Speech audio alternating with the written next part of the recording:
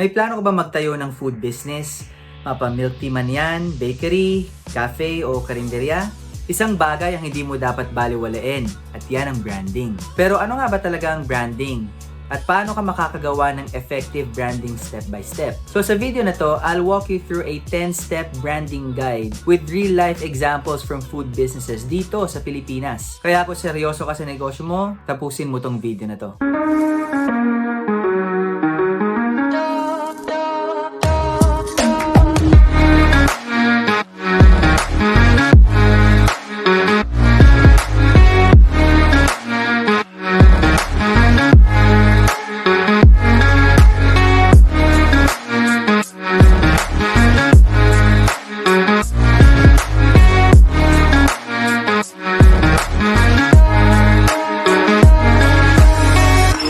Good morning sa iyo kapatid, saan mang parte ka ng mundo nanonood ngayon.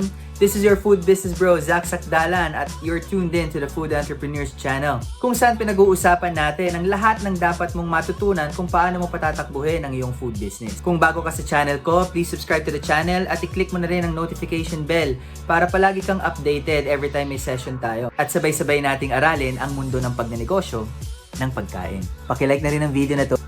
Alam mo ba kapatid, branding can actually make or break your food business. Kaya kahit gaano kasarap ang luto mo, kung wala namang clear branding, baka hindi ka rin pansinin. Pero don't worry, kagaya nga ng sinabi ko, meron akong step-by-step guide na pwede mong sundan na sobrang simple.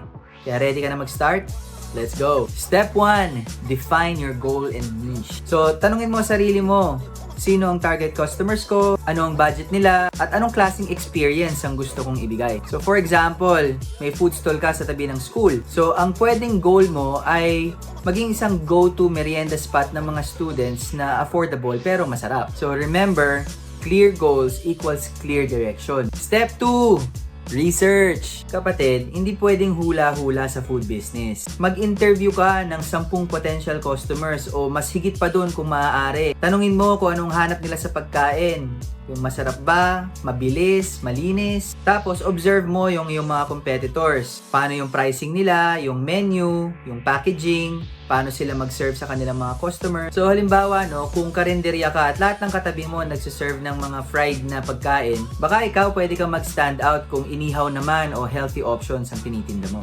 Step 3, positioning. Ito yung magiging identity mo sa market. So tignan mo ang potato corner. Pag sinabi mong flavored fries, automatic sila kagad ang maiisip ng mga tao. Another example dyan is Mang Inasal. Pag sinabi mong only rice at chicken inasal, automatic sila agad ang maiisip mo. Step 4, build your name, tagline, and story. So, ang pangalan, dapat madaling tandaan. Yung simple at walang negative meaning. Nauuso kasi ngayon yung mga witty names. Kung minsan nga, meron pang pagka-green-minded. Umiwas tayo sa ganoon kasi hindi scalable yun. Sa tagline naman, dapat maiksi, pero memorable. Tingnan mo ang Jollibee. Diba meron silang langhap sarap? Simple, pero tumatatak sa atin lahat. At dapat may kwento ka. Yung bakit mo sinimulan yung business. Tandaan nyo, customers love stories. Kasi dito sila nakaka-relate. Step 5, visual identity. So ito yung itsura ng negosyo mo. Dito papasok yung iyong logo, mga colors, fonts, signages, pati yung packaging mo. So gamitin ulit natin yung Mang Inasal bilang example.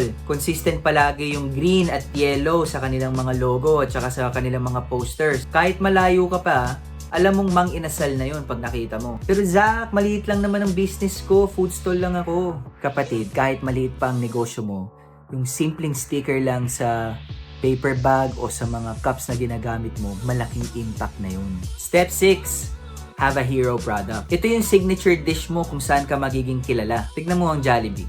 Kahit sobrang dami ng pagkain nila sa menu, Chicken Joy pa rin ang star of the show. So sa iyong food stall, pwedeng signature burger, special milk tea flavor, o secret sauce na ikaw lang meron. Step 7, focus on customer experience. Kung madalas kang nanonood ng mga videos ko, palagi kong sinasabi na hindi pagkain ang binibenta mo, kundi experience. Kapatid, branding is not just looks. Kasama dyan ang service. So from the way your staff greet your customers, to the cleanliness of the restaurant and how fast you serve, lahat yan part ng brand mo. Tignan mo ang Mary Grace Cafe. Hindi lang pagkain ang binabayaran mo doon, pati yung kanilang cozy vibe, yung warmth ng mga staff nila, at yung kanilang packaging na sobrang premium. Step 8, build your online presence. Sa panahon ngayon, Facebook and Instagram are your storefronts. TikTok naman is where you tell your story. So dapat consistent ang logo, ang colors, ang photo. Sa video naman, dapat consistent din ang texture, ang camera shots, yung mga ganyan. Part lahat yun ng branding. Ang font, dapat isa o dalawa lang ang styles na gamit mo. Mas gumawa ng bio na simple. For example, affordable rice bowls for office workers. Order via Grab. O diba? With that simple one-liner, nasabi mo agad kung ano ang product mo, which is yung rice bowl, sino ang target market mo, which is yung mga office workers na naghahanap ng mga affordable meals, at kung saan kanila pwedeng bilhin, which is sa Grab. Remember kapatid, kung hindi ka makikita online, parang wala ka din sa mapa. Step 9, grow a community and build loyalty. So encourage mo yung mga customers mo to post their food pics sa kanilang mga social media account. Mag-reply ka sa mga comments at from time to time mag-offer ka ng suki cards o mga freebies. Isang magandang example nito ay yung Starbucks. Diba, every time na o-order ka, talagang sasadyain nilang maliin yung spelling ng pangalan mo sa cup mo. Kasi ang initial reaction or ang automatic reaction ng mga customers dito ay picturean nito at ipopost sa kanilang mga social media accounts. And that create engagements. And finally, step 10, consistency and improvement. Kapatid, branding only works if consistent ka. Dapat same taste, same looks, same experience every time. Hindi pwedeng pagpasok ko ngayon, masarap ang pagkain mo. Pagpasok ko next week, maalat masyado. Hindi pwedeng ganun. So, dapat nakikinig tayo sa mga feedback. Kung may nagsabing maalat ang pagkain o mabagal ang serbisyo, dapat aksyonan natin ito. At pag nakikita ng mga customers mo na nag-a-adjust ka, mas lalo silang nagiging loyal sa'yo. So, recap tayo. Ito ang 10 steps. Number 1, define your goal and niche. Number 2, mag-research ka muna. Number 3, establish positioning. Number 4, come up with a short, simple, and memorable name, tagline, and story. Panglima, be consistent sa iyong visual identity. Number 6, dapat meron kang hero product. Number 7, focus on customer experience. Number 8, build your online presence. Number 9, grow your community and increase loyalty. At ang pang-10, be consistent and continuously improve. So kapatid, branding is not just your logo. It's about how people remember and experience your business. So kung nagustuhan mo itong video na to, click mo lang yung like, share, and subscribe.